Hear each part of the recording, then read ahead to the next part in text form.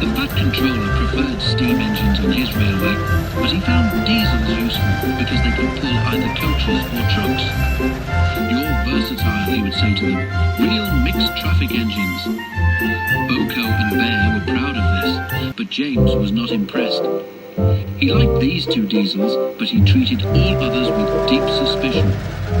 "Diesels don't use coal and water," he would say darkly. "How can you trust an engine who isn't normal in his habits?" Visiting diesels sometimes boasted about how special they were. Usually Boko and Bear had to spend the next day smoothing ruffled feelings. One day, a particularly haughty diesel came from the other railway. When the visitor found that he was to share the shed with steam engines, he stopped outside in disgust and refused to go any further. "Why on earth does your controller keep such out-of-date objects?" he growled rudely. "Dirty, smoky, slow things. Ugh!" He shuddered delicately.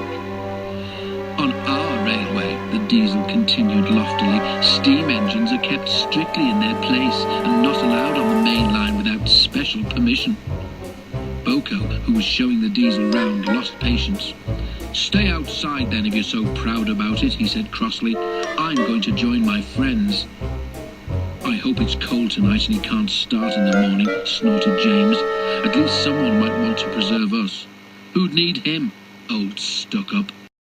The engines were glad when morning came. They went to fetch their trains as early as they could, and the visitor was left alone. "That's better," he purred to himself. "How can an engine rest in all that hissing and clanking?" The cleaning equipment and fuel supply were in the part of the shed which Boko and Bear shared. Old Stuck-Up was so full of self-importance that he'd forgotten he would need cleaning and refueling before he went home. It was getting late when he remembered. "If I go in now while the shed is empty," he said to himself, "no one will know I've been." He scuttled forward quickly. Too quickly. The rails where Bear and Boko had stood were oily, and when he tried to stop, he couldn't. "Brake blocks and buffers, I'm slipping," he wailed as his wheels rocked and slithered. He shut his eyes as, with a despairing whoop of horror, he crashed into the diesel was not badly damaged, but a dreadful draft came through the hole in the wall. When the other engines came home, they heard the story from Douglas, who had cleared up the mess. "Ho, ho, ho," chortled Henry.